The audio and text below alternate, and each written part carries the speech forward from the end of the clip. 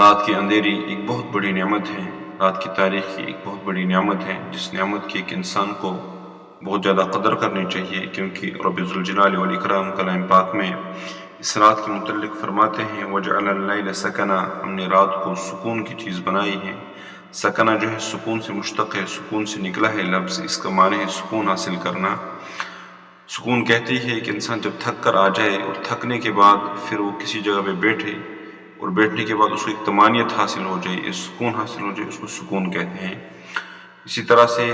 اگر ہم دیکھیں رب ذوالجلال والاکرام نے ہمارے گھروں کو جو کہ سکون سے تعبیر کیا ہے کلام پاک میں، اللہ تبارک و تعالیٰ فرماتے ہیں جَعَلَ لَكُم مِّن بُيُوتِكُمْ سَكَنًا، کہ ہم نے تمہارے لیے تمہارے گھروں کو سکون کی جگہ بنائی ہے۔ تجرباً ایک انسان دیکھتا ہے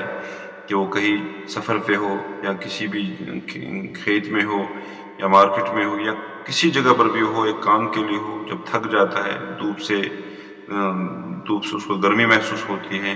کوئی بھی مشکلات پریشانی جب اس کو آ جاتی ہے یا نیند کا غلبہ اس پہ طاری ہو جاتا ہے، اس کے بعد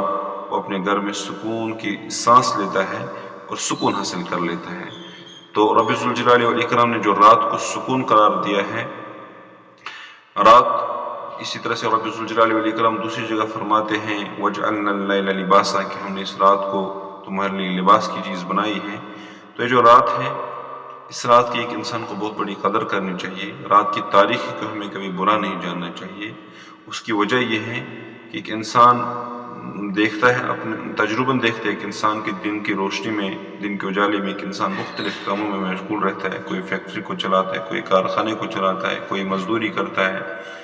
کوئی کسی اور کام میں مشغول ہو کر تھک کر آ جاتا ہے۔ جب رات کا اندھیرا شروع ہو جاتا ہے شام کے وقت، جیسے ہی رات کا اندھیرا شروع ہوتا ہے تو ہر ایک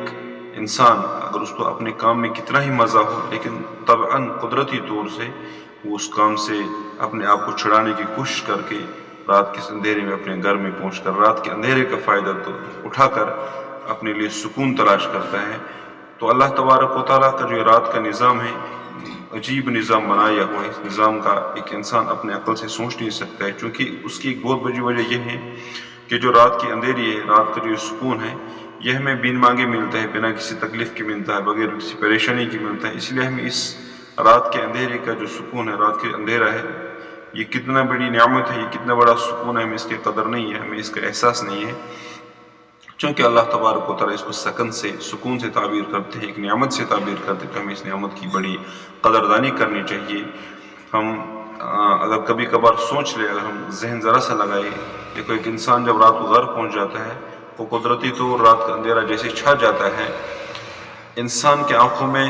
نیند غالب آ جاتی ہے، ایک انسان کے اوپر نیند غالب آ جاتی ہے اور انسان سو جاتا ہے۔ اور برعکس اس کے دن میں اجالے میں اکثر و بیشتر کسی انسان کے آنکھوں پہ اس طرح سے نیند غالب نہیں ہوگی۔ بالفاظ دیگر اگر کبھی کبھار ایک انسان کی آنکھوں میں نیند آ بھی گئی،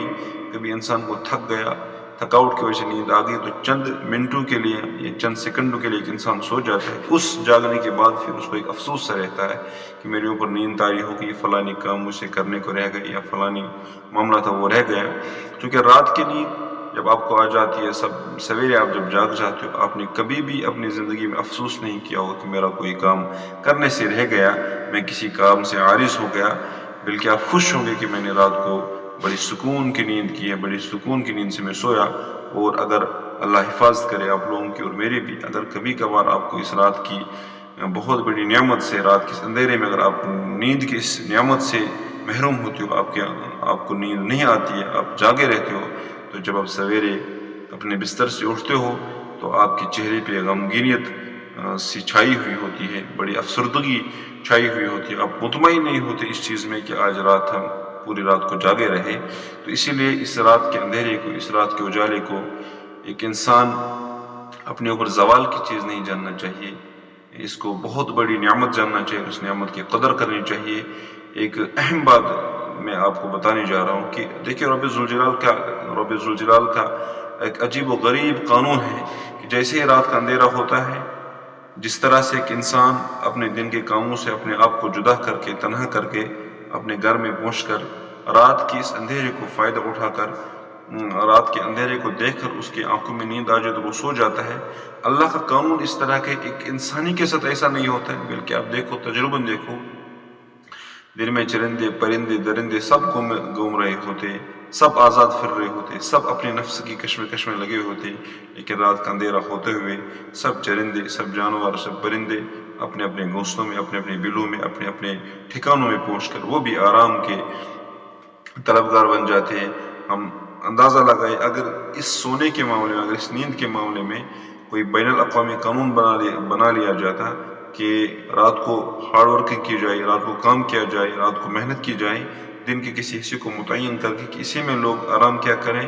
آپ اندازہ کر سکتے ہو بالفرض و تقدیر اگر اس قانون کو ہر ایک انسان اپنے اوپر نافذ کر ہی لیتا، اپنے اوپر اس کو اپلائی کر ہی لیتا، اور اس مخصوص بین الاقوامی قانون کے تحت اس مخصوص وقت کے اندر ایک انسان سو جاتا، لیکن بین الاقوامی قانون انسان پہ تو قائم ہو سکتا تھا، لیکن جانوروں پہ، چرندوں پہ، درندوں پہ آپ اس قانون کو نافذ نہیں کر سکتے تھے۔ اس لیے رب ذوالجلال والاکرام نے اس نعمت کو عطا کیا ہے، اس کا شکر گزار کرنا چاہیے۔ نوجوانوں سے میں ایک اہم گزارش کرنا چاہتا ہوں،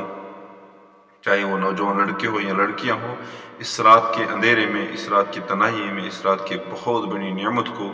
ضائع مت کرو۔ پوری رات کو آپ موبائل فونز پہ، سیل فونز پہ فحش فلمیں دیکھتے رہتے ہو، گانے سنتے رہتے ہو، اور اسی طرح سے عجیب طرح کی، کیا اللہ حفاظ فرمائے، غلط تعلقات، اور ان تعلقات میں پھر کہاں سے کہاں پہنچ جاتے ہیں۔ تو رب جلال والاکرام کے سامنے کل جواب دہی ہوگی، ایک تو اس گناہ کی جواب دہی ہوگی، اور دوسری اس نعمت کی بے قدری بہت بڑی گناہ ہے۔ اور رات کا یہ سکون، رات کی طمانینت، رات کی اطمینانیت اور رات کے آرام ہم چھوڑ کر اپنے آپ کو بے اطمینان کر دیتے ہیں، اپنا سکون کھو لیتے ہیں۔ پھر جب صبح ہم آنکھیں کھول کر کھڑا اٹھتے ہیں،